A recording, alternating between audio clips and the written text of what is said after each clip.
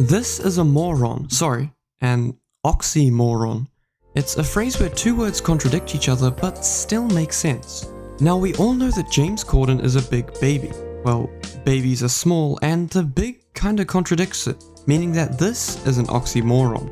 Other examples of these include old news, deafening silence, tragic comedy, and pretty ugly. This is a queen bee mating flight. Inside this ball of bees is a single female bee. If she survives this, she will store 100 million sperm to give birth to over 2,500 eggs every day for the next 2 to 4 years of her life. Unfortunately though, the males tore her head off. What a shame. Rogue waves are not a myth. A rogue wave is a wave that is more than twice the size of a normal wave. The first recorded sighting of a rogue wave was in 1826, when a French naval captain and 3 of his colleagues saw a wave that was around 33 meters high. They were ridiculed by the French president when they returned because he thought that the sailors were stupid. No, it wasn't until 1995 when an oil rig detected a wave that was 30 meters in height, and in the year 2000 when a British research vessel detected a wave that was 29 meters tall. These were both oddities, proving that rogue waves exist. So that answers the question of, these are not the northern lights, instead they are the southern lights, called the aurora australis. It is similar to its northern counterpart in that it lights up the sky and is also named after the Roman goddess of dawn. To see the southern lights, one only has to go to the southern parts of New Zealand or the state of Tasmania in Australia. Have you ever seen a straight banana before? Well, that's actually how bananas grow. A hand of bananas start their life by growing upside down on a banana tree. As they grow larger, they start facing towards the sun to get the nutrients that the light provides. This is where they get their beautiful curves. This is the first TV ever created. It was essentially a spinning disc with holes that acted like telescopes. This was created in 1926 but was quickly obsolete a year later when the first electronic TV was created, the CRT. This TV had cathode ray tubes that fired electrons across a vacuum onto a piece of glass, known as the TV screen. Those TVs are obsolete today though due to LEDs, which use diodes that emit photons when an electrical current is sent through it. This country was once listed on eBay. In 2006, an Australian man decided to list the entire country of New Zealand for just 1 cent. Bids for the islands reached up to $3,000 before eBay shut it down in violation of its policy. The Kiwi Foreign Minister, Winston Peters, even said, quote, "I don't think it's funny. It's nonsensically stupid. I guess you can't list things that you don't own on the internet." These are the largest weather events in history. The Sea Islands hurricane in 1893 and Hurricane Katrina in 2005 both claimed around 1,000 people each. While that is a lot of deaths, the largest US weather event ever claimed between 6,000 and 8,000 lives. That is horrific, but the largest cyclone of the century is Cyclone Nargis, where there were over 130,000 reported deaths, although politics could have suppressed the true number. Greater than that for the largest weather event in history is the unnamed cyclone that hit China during the 1931 cyclone season. This caused China's largest river to flood, which claimed around 4 million people due to drowning and starvation. Have you ever ridden shotgun before? Of course you have, but where does that term actually come from? Well, it came from the Old West, where carriage drivers would have a bodyguard next to them to ward off any thieves or robbers. These bodyguards carried all sorts of weapons, but shotguns were the most popular. So there's something you can tell the driver of your next road trip. These are the most widely printed books in history.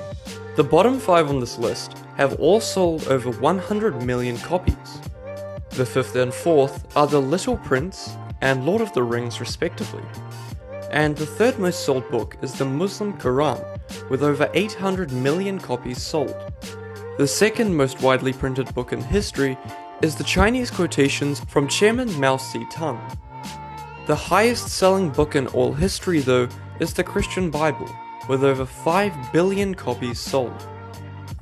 You will not die alone in the Netherlands. If you die there and no one goes to your funeral, an official from the city of Amsterdam will actually go to your home to find information, memories, or even your taste in music. The city will then organize a burial with flowers and music to make the funeral seem more normal. Some poets will even write you your own special poem. How wholesome is that? This is the chief translator for the European Parliament, and he can speak 32 different languages. While that is impressive, there are other people who have spoken more languages. The person who owns the Guinness World Records for the most language spoken is Powell Janulis, who spoke 42 different languages. A New Zealander by the name of Harold Williams allegedly spoke 58 languages. And a former governor of Hong Kong, Sir John Bowring, supposedly spoke 100 languages. Do you want to know how experienced your chef is? Well, just look at their hat.